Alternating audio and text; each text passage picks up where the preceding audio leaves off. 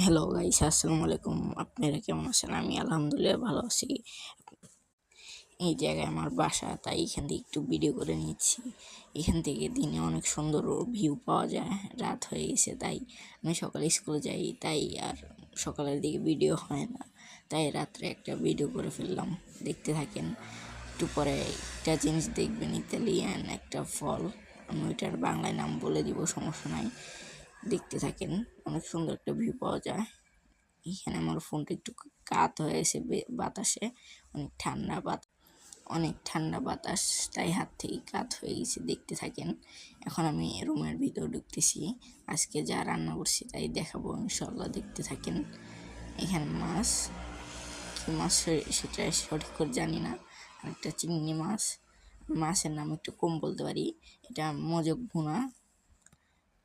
আর দেখতে থাকেন। এটা ইতালিয়ান লাতে এবং দুধ। এখানে চিংড়ি মাছ রাখছে।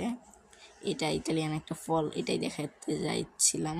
এটা বাংলায় গাব বলে, কিন্তু ইতালিয়ান অন্য নাম বলে। দেখতে থাকেন, অনেক নরম, অনেক সুস্বাদু। দেখতে থাকেন। আর অনেক জিনিস আছে, দেখাবো ইনশাল্লাহ আস্তে আস্তে। অনেক ফল ফ্রুটস। দেখতে থাকেন। এবং এমনকি এটাই আমার গলায় ঠান্ডা লেগেছে, তাই আমার ভয়েসটা একটু অন্যরকম আসতেছে। এইটা আয়না দিয়ে দেখাচ্ছি। এই যে